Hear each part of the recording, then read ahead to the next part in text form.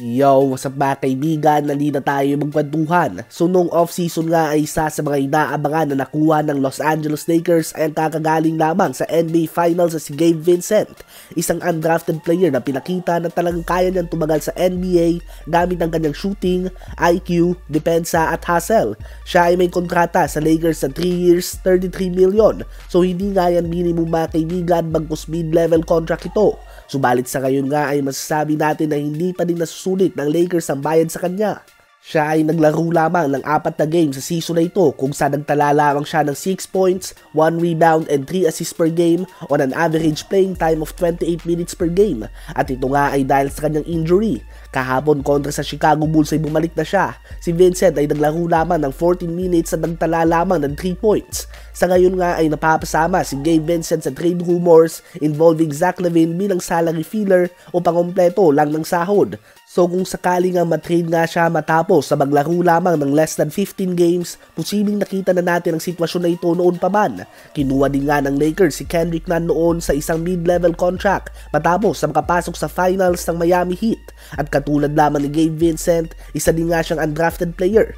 Ganun pa man agad silang nagtamo ng injury pagpasok sa Lakers and eventually ay tinade lang din sila ng Lakers. As of now nga ang Lakers ay natalo na sa 4 sa huling 5 laro nila. Ano ba masasabi nyo tungkol dito?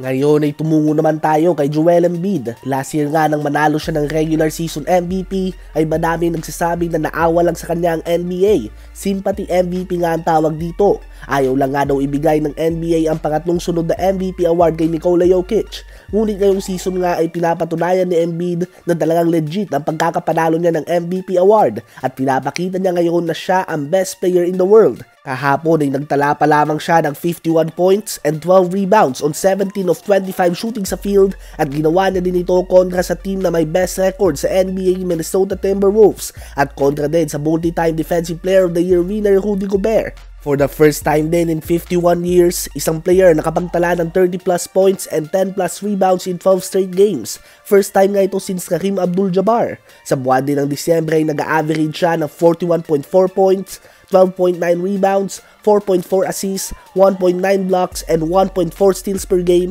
on 61.5% shooting sa field, 37.5% sa 3 points, at 92.5% naman sa free throw line. So pinapakita niya ngayon na walang duda na siya ang leading MVP candidate. May mga duda pa din nga sa kanyang magiging performance pagdating ng playoffs. Ganun pa man, regular season MVP nga ang pinag-uusapan. Ano ba masasabi no sa performance si Joel Embiid ngayon? I-comment yan sa baba at aking babasahin yan. Huwag kakalimutan na mag-like, mag-subscribe at i-hit ang notification bell for more updates at kwentuhan. Maraming salamat po.